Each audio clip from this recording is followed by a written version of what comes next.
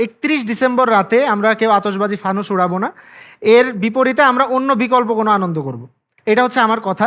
বিকল্প আনন্দ কেন করতে হবে এটা তো আমাদের কালচারালে অনেকে এই ধরনের কথা বলতে পারে, বাট দেখেন যেটা অনেক দিন ধরে হয়ে আসতেছে, একটা আতশবাজি সবাই ফুটায়, এটা আমারও ভালো লাগতো আগে দেখতে, কিন্তু যখন আমি দেখি যে ওই দিন রাত্রেই আবার আমরা শুনি যে কেউ মারা গেছে, কেউ পুড়ে গেছে, আমি 2019 সালে শুনছিলাম এটা।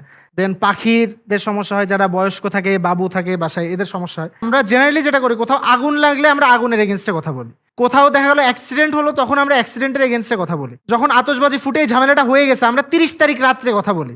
যখন আমি এই যে বলতেছি হয়তোবা অনেকের কাছে পৌঁছাচ্ছে না, হয়তোবা এই বছরও কারো কাছে পৌঁছাবে না, হয়তোবা নেক্সট বছরও পৌঁছাবে না, বাট আই বিলিভ একদিন না একদিন সবার কাছে পৌঁছাবে। অ্যান্ড আপনারা যারা এখানে আছেন, যারা টিভিতে দেখতেছেন, যারা ইউটিউবে দেখতেছেন, ফেসবুকে দেখতেছেন, তাদের কাছে এটা যখন পৌঁছাচ্ছে ইনশাল্লাহ আপনারাও এটা ট্রাই করবেন, cause this is your country. একটা রাত আমরা ট্রাই করব যে অন্যভাবে করার। আমরা সবাই বাইরে বের হবো, যে কেক বিপ্লব ঘটে গেছে, আমরা কেক বিপ্লবও করতে পারি সেদিন। সবাই সেদিন নাইট ক্রিকেট টুর্নামেন্ট খেলে সেদিন হোয়াটের শোর একটা রাত্রে একটা কোনো এপিসোড হোক বাইরে কনসার্টের মতো করে, হতেই পারে। তো আমি রিকোয়েস্ট করবো রাফসান ভাইকেও যে আপনিও এমন ইনিশিয়েটিভ নিতে পারেন কিছু একটা। স্টার্ট ফ্রম টুডে, দেখবেন যে একজন হলেও পৌঁছাবে, অ্যান্ড এটা ইট উইল বি স্টপ ইনশাল্লাহ।